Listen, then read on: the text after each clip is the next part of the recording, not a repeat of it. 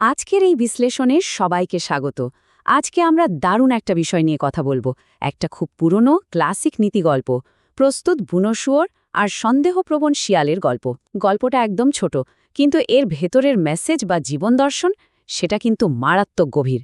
মূলত ভবিষ্যৎ নিয়ে আমাদের যে দৃষ্টিভঙ্গি আর সন্দেহপ্রবণতার যে দ্বন্দ্ব, সেটাই এখানে খুব সুন্দরভাবে ফুটে উঠেছে। তো চলুন আর দেরি না করে সরাসরি মূল আলোচনায় ঢুকে পড়া যাক। ঠিক আছে, চলুন এই বিষয়টা একটু তলিয়ে দেখা যাক। ভাবুন তো, চারপাশটা একদম শান্ত, ধারে কাছে কোনো শত্রুর নামগন্ধও নেই। ঠিক সেই মুহূর্তে কেউ যদি বসে বসে নিজের অস্ত্র সানাতে শুরু করে, ব্যাপারটা কেমন দাঁড়ায়? খামো খামো না হয় না? এই প্রশ্নটা কিন্তু আমাদের আজকের গল্পের একদম কেন্দ্রে রয়েছে। আপাত দৃষ্টিতে মনে হতে পারে, আরে ভাই, এখন তো সব শান্ত, এখন এসব করার কি দরকার? কিন্তু মজার ব্যাপার হলো, গল্পের আসল টুইস্টটা লুকিয়ে আছে ঠিক এখানেই। গল্পের শুরুতেই আমরা একদম জীবন্ত একটা দৃশ্য দেখতে পাই। বনের ভেতরে একটা বুনো শুয়োর। সে কি করছে? সে একটা গাছের গুড়িতে ঘষে ঘষে খুব মন দিয়ে নিজের দাঁত ধার দিচ্ছে। দৃশ্যটা একবার কল্পনা করার চেষ্টা করি আমরা। তার মধ্যে কিন্তু কোনো অলসতা বা গাফিলতি নেই। সে একদম ফোকাসড। একটা শক্ত কাঠের গুড়িতে ক্রমাগত দাঁত ঘষে ধারালো করার এই যে একটা শারীরিক কসরত, এটা কিন্তু প্রমাণ করে সে কতটা পরিশ্রমী আর ভবিষ্যতের জন্য সে কতটা প্রস্তুত থাকতে চায়। চারপাশের ওই শান্ত পরিবেশের ওপর চোখ বন্ধ করে ভরসা করে সে বসে থাকেনি, বরং নিজের কাজ চালিয়ে গেছে। এখানে আমরা একেবারে বিপরীত দুটো মানসিকতার একটা দারুণ তুলনা দেখতে পাই। একদিকে আছে আমাদেরই বুনো শুয়োর, যে প্রচণ্ড ব্যস্ত, ফোকাসড আর নিরলসভাবে নিজেকে প্রস্তুত করে চলেছে। বলা যায় সে এক চূড়ান্ত শৃঙ্খলার প্রতীক। আর ঠিক তার উল্টো দিকেই আছে একটা শিয়াল। এই শিয়ালের ক্যারেক্টারটা আবার অন্যরকম। সে ভীষণ সন্দেহপ্রবণ, আর তার কাজই হলো অন্যদের নিয়ে খামোখা মজা করা। অন্যদের প্রস্তুতি বা পরিশ্রমকে তাচ্ছিল্য করার জন্য সে যেন সবসময় এক পায়ে খাড়া। এই দুই সম্পূর্ণ বিপরীত চরিত্রের কারণেই কিন্তু গল্পের মূল দ্বন্দ্বটা জমে ওঠে। গল্পের এই পর্যায়ে শিয়ালের একটা ভীষণ নাটকীয় আচরণ চোখে পড়ে। পাশ দিয়ে যাওয়ার সময় সে হঠাৎ করে খুব উদ্বিগ্নভাবে এদিক ওদিক তাকাতে শুরু করে। এমন একটা ভান করে যেন সে আশেপাশে লুকিয়ে থাকা কোনো শত্রুর ভয় একেবারে তটস্থ। কিন্তু আসলে কি সেখানে কোনো শত্রু বা বিপদের ছিটে ফোঁটাও ছিল না। পুরো ব্যাপারটাই ছিল তার একটা নিখুঁত অভিনয়। বুনো শুয়োরের ওই পরিশ্রমটাকে উপহাস করার জন্যই সে ইচ্ছা করে এই কৃত্রিম ভয়ের নাটকটা ফাঁদে, যাতে শুয়োরটাকে একটা আস্ত বোকা প্রমাণ করা যায়।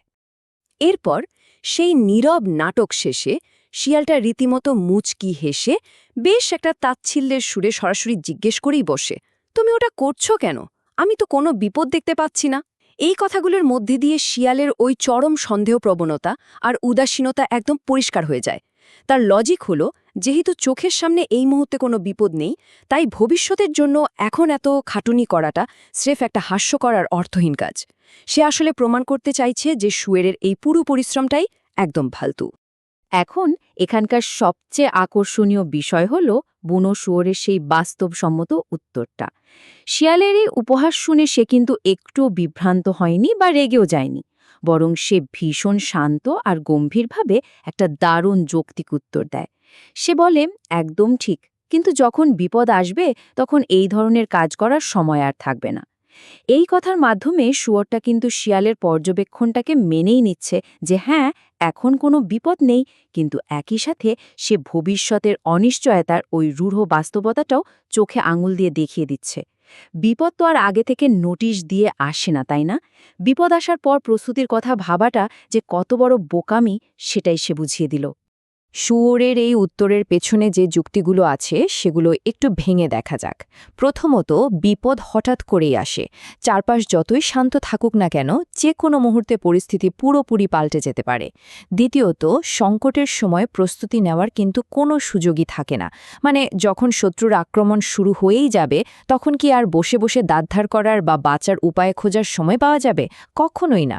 আর ঠিক এই কারণেই তৃতীয় এবং সবচেয়ে গুরুত্বপূর্ণ পয়েন্টটা হলো, অস্ত্র আগে থেকেই প্রস্তুত রাখতে হবে। এই যুক্তিগুলো অকাট্যভাবে এটাই প্রমাণ করে যে টিকে থাকার লড়াইয়ে পূর্ব প্রস্তুতিই হচ্ছে আমাদের সবচেয়ে বড় হাতিয়ার। আর এই কথা সূত্র ধরেই শুয়োরের বক্তব্যের শেষ অংশে একটা খুব কড়া সতর্ক বার্তা লুকিয়ে আছে। প্রস্তুতি ছাড়া পরিণতিতে ভোগান্তি অনিবার্য। শিয়ালের মতো যারা শুধু বর্তমানের শান্তির উপর চোখ বন্ধ করে ভরসা করে থাকে আর ভবিষ্যতে প্রস্তুতির কথা বেমালুম ভুলে যায়, তাদের পরিণতি কিন্তু কখনোই খুব একটা সুখকর হয় না। এই ধরনের তাচ্ছিল্যপূর্ণ মানসিকতার চূড়ান্ত মূল্য হিসেবে শেষ পর্যন্ত সেই চরম ব্যর্থতা আর যন্ত্রণায় কপালে জোটে। পূর্ব প্রস্তুতি না থাকলে যে দিন শেষে সেটা নিজেরই ধ্বংস ডেকে আনে, এই কথাটাই যেন এখানে দ্ব্যর্থহীনভাবে ঘোষণা করা হয়েছে। আর এটা চমৎকারভাবে তুলে ধরে এই পুরো গল্পের একেবারে চূড়ান্ত নীতিবাক্যটি: যুদ্ধের জন্য প্রস্তুতি, শান্তির সর্বোত্তম নিশ্চয়তা। গল্পের শেষে এসে এই একটা বাক্য কিন্তু ভীষণ শক্তিশালী আর বাস্তবসম্মত একটা মেসেজ দিয়ে যায়। শান্তি তখনই টেকে যখন সেই শান্তিটাকে রক্ষা করার মতো পর্যাপ্ত সক্ষমতা আর যথাযথ প্রস্তুতি আমাদের থাকে। দুর্বলতা দিয়ে কি কখনো শান্তি আনা যায়? বড় সেটা শত্রুকে আক্রমণ করার জন্য আরও বেশি উস্কে দেয়। তাই শান্তিকালীন সময়ে নিজেকে সর্বোচ্চ শক্তিশালী আর প্রস্তুত করে রাখাটাই হল সেই শান্তি বজায় রাখার সবচেয়ে কার্যকরী উপায়। আমাদের আলোচনার একদম শেষ পর্যায়ে এসে একটা খুব গভীর প্রশ্ন কিন্তু মাথাচাড়া দিয়ে ওঠে। আজকের এই শান্ত পরিবেশ কি আগামীকালের অপ্রস্তুত অবস্থাকে সমর্থন করে? যখন চারপাশ শান্ত, সামনে কোনো বাধা বা শত্রু দেখা নেই, তখন কি হাত গুটিয়ে বসে থাকাটা সত্যিই বুদ্ধিমানের কাজ হবে? বুনো শুয়োর আর শিয়ালের এই অসাধারণ গল্পের পর এই প্রশ্নটা সত্যি আমাদের নতুন করে ভাবতে শেখায়। বর্তমানের স্বস্তি যেন ভবিষ্যতের বিপদের জন্য কাউকে অন্ধ করে না দেয়, সে অমূল্য শিক্ষাই কিন্তু এই গল্প থেকে পাওয়া যায়। এই গুরুত্বপূর্ণ আর সময়োপযোগী চিন্তার খোরাকটা রেখেই আজকের এই বিশ্লেষণ আমরা এখানে শেষ করছি।